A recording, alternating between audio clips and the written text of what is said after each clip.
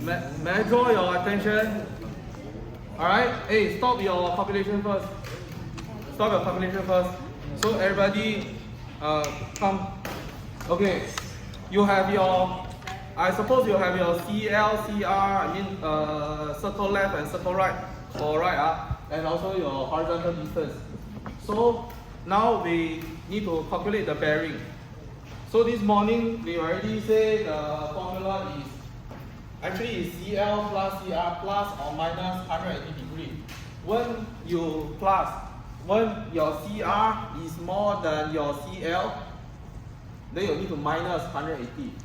You always keep your CL, the left, as your basis.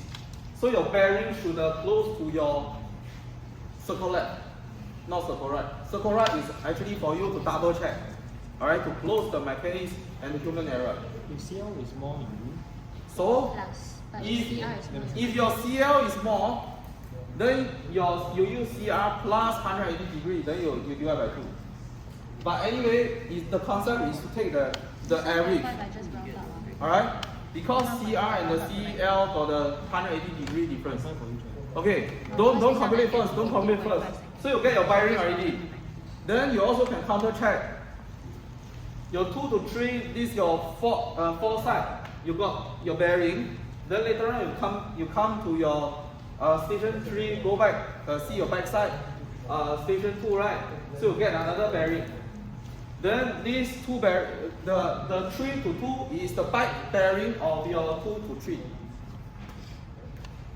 Back bearing should have a 180 degree difference with your first bearing. Understand? So you check in that way, then you can get a correct bearing, calculated bearing, haven't adjusted yet. Okay, after you get your bearing, what to do? Next step, horizontal azimuth. What is horizontal azimuth? Who can tell? Don't know. Okay, anyway. So let's say when you start from point 2, right? Then your back side is your point 1. You get the reading, you get the bearing already, right? Then you turn your total station to point 3, right? You get another bearing, right? So you use the first bearing minus the second bearing, you get the horizontal azimuth. It's the horizontal angle between your 2 to 1 and 2 to 3. That's how your total station turn. Okay? Because your loop is got 4 sides, right? And the 4 angles, right? Right? So it's turn 4 times. Right? Everybody experience that. So you can get your horizontal azimuth. And then remember, always use your back side minus your 4 side bearing. Okay? Back side bearing minus the 4 side bearing. Don't balik. So back side 25. 4 side is 299, right? Not enough. Okay, minus how? Plus 360 degree. You turn one more round. Then you can get a positive answer. Okay, remember this? So you repeat the step, you get all your 4 horizontal azimuth. Because you turn 4 times, right? Within this 4 side shape, you have 4 angles. So who can tell me? You add up these 4 angles together, what's the sum? Yes, everybody knows. 360. Then now is the time you check whether your horizontal azimuth you sum up together, whether it is 360. 99% you won't get 360. It will be 359 something, or maybe 360 plus some seconds. Okay? The difference between your sum and the 360 degree is your error or misclosure. Okay?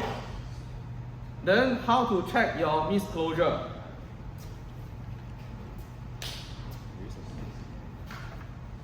I think last week I also mentioned the error equals to K S a plus minus Ks and N. Here K equals to 1 to 3.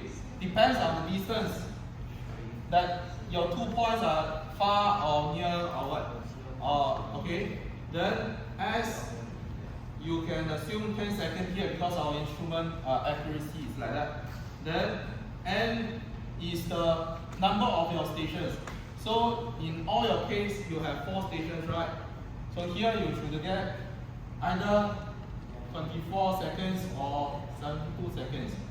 Okay. So maybe here we use 60 seconds. So if your error is within, let's say 60 seconds, I think you pass. Okay. Because your loop is not really far away. After you get your error, what to do?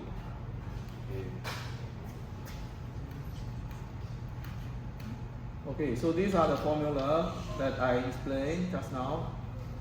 Horizontal azimuth you get, okay, and you add up together. You see, in this example case, it's a 359 degree, some second. Then you minus, so it's less than 360 degree, right? So the error is 1 minute 27 seconds. Then they distribute into 4 stations. So you need to, it's not enough, you need to add back. So how do you add back?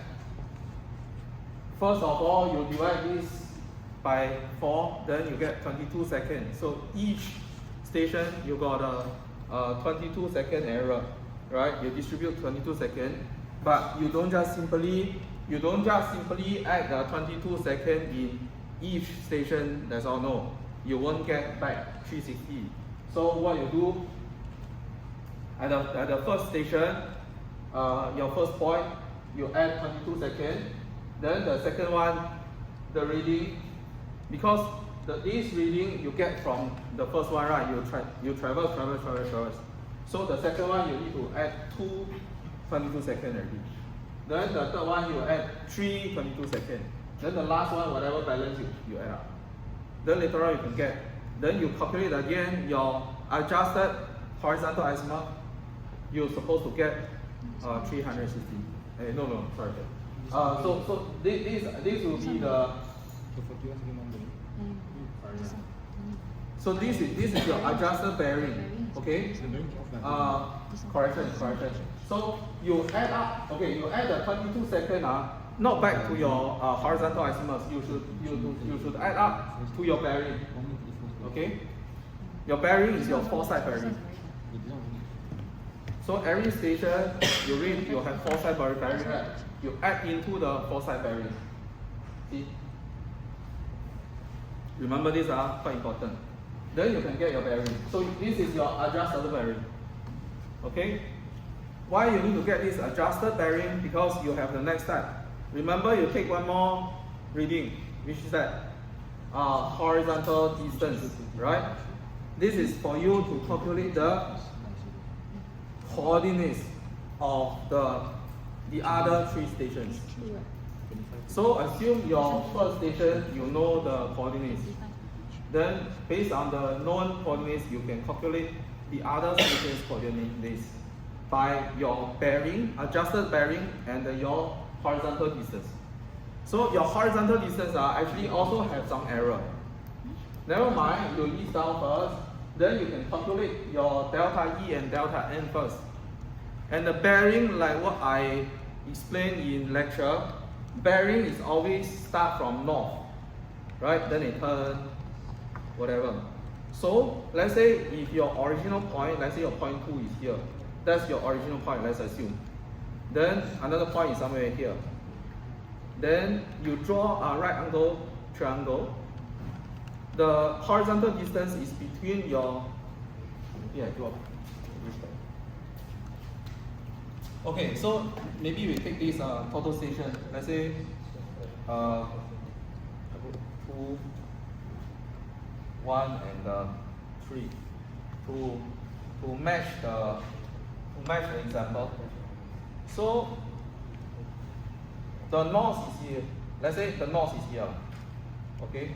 Let's say this is the north. So when you read, right, you get a bearing. Bearing is this.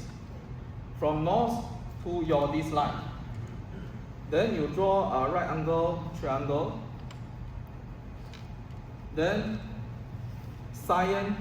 So this axis will be your easting. Can everybody see? So northing, easting.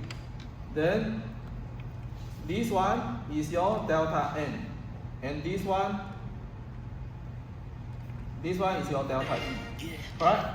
So that's why your delta E is cyan bearing, and delta N is cosine bearing. Okay? Everybody clear?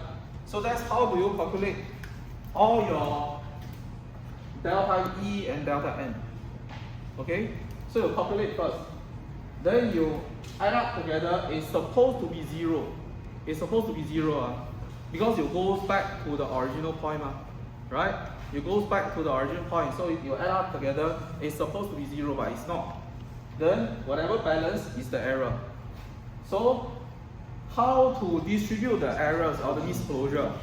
Here we use the Bodish adjustment. Bodish adjustment. This Bodish adjustment, they don't distribute this distance misclosure equally. No. They distribute proportionally. Proportionally means let's say this is your loop. The distance may not be the same, right? Some short, some long. So the longer one should share more misclosure. The shorter one should share less misclosure. That's the idea. So what you do, you add up all the distance together, you get the sum. Then you use each distance, horizontal distance, divide by the total distance. Then you get the proportion of each portion. Understand? Then you times the total error. Then you times the total error, E and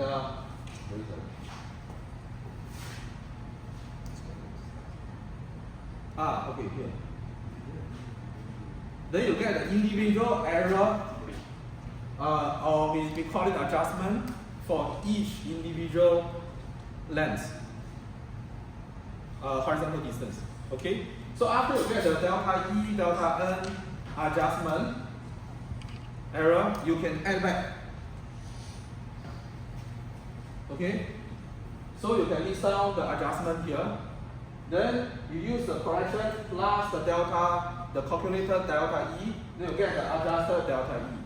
Same thing, use delta N plus the correction delta N, you get the adjusted delta N. Alright, so you just repeat the step, you get all the 4 points adjusted delta E and N. Then based on the first known coordinates, you can calculate the next point. Let's say now it's 2 to 1, right? So 2 to 3, because your foresight is 3. Then your number station 3 coordinates will be use your known coordinates E plus the delta E, adjusted delta E. So here, because the delta E is minus, right? It's a negative, then it becomes minus. Then you get 1979 something, right? So that's your corrected coordinates of your number 3. Then after that, you just do the same mathematics using your calculated one. You go back. Then in the end, you're supposed to get, you come back to point 2, right? You're supposed to get the same coordinates as what you know. Then you finish your job already. Clear? The last one, Alright? That's all the process.